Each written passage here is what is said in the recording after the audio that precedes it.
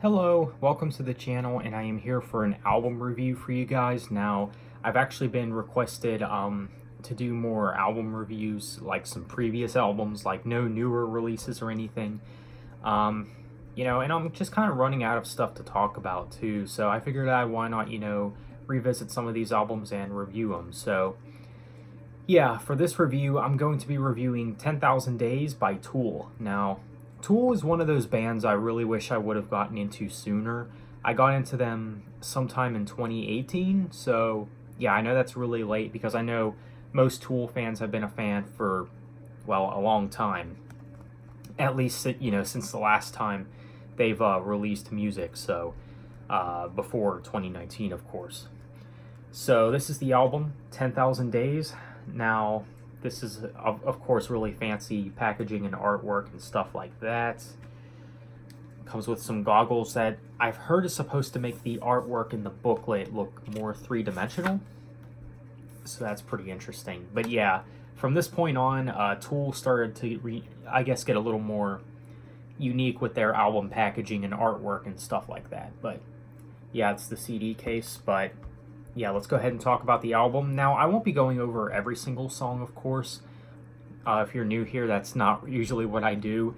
But I will be going over, I guess, the highlights or the important songs, you could say. Now, I would say that this is not Tool's best album. I know there's some people that do say it's Tool's best album, which I can understand, but I also can't understand at the same time. I think the majority of people that do say that this is their best are, I guess, the people that aren't really into Tool's, I guess, more raw sound, I guess. Like, this album definitely has, this album just has good production, or, more polished production compared to the stuff that they've released prior. So, yeah, and it's more radio friendly, of course, so, yeah, that might be a big reason. But yeah, I still really love the album. I mean, I don't think Tool has ever released a bad album. I think all their albums are great. And this was of course the album that Tool came out with before the 13-year wait before their latest album, Fear Inoculum. But with 10,000 Days, I mean, we got to go back and revisit it. We got to see, we got to go back nearly 14 years later, or earlier. But yeah, this album, of course, has a strong opening track, Vicarous, or whatever, however you say it. Definitely a very unique track, and definitely a strong way to open up the album. Right from the get-go with this song, with the opening riffs, I mean, you already know what you're in for. You're in for a really fun ride, and Maynard James Keenan's vocal performance on this track is actually pretty unique. He, I guess it's more, I don't want to say experimental, but it's, somewhat unique, I think. Yeah, you definitely get a lot of interesting things about this song. And then another song I do want to talk about is actually both parts to Wings for Mary, part 1 and 2. I think part 1 has a really interesting build-up to the second part. I love the mood that this song delivers. It's very dark sounding, and you can hardly hear Maynard James Keenan singing this song because he's singing very softly in this song. But it's very captivating to hear, I think, and it's always kind of been a personal favorite of mine off the album, due to how haunting and captivating it is. And the guitar work and the instrumentation, I mean, it always really intrigued me in this song. And the build-up that it goes right into the second part, I mean, it's really well done. I really dig both parts. It's definitely a very unique songs, definitely. And then, of course, we got one of the biggest songs from Tool, which is entitled The Pot. I mean, this song, I mean, it's one of their biggest songs for, good reason. It's a radio-friendly track. It's very commercial sounding.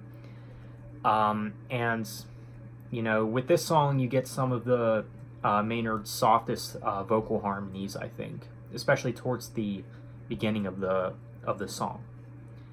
Is it one of my favorite songs on the album? I'm not sure if I would go that far, but I do like it. And of course, I do want to talk about right in 2, which is always been a favorite of mine off the album. I really love the riffs. The riffs have a, I guess, a unique tone to them, I think, especially when the way it starts. I mean, that's one thing I gotta give this album credit for big time is, you know, a lot of these songs have very strong starts to them.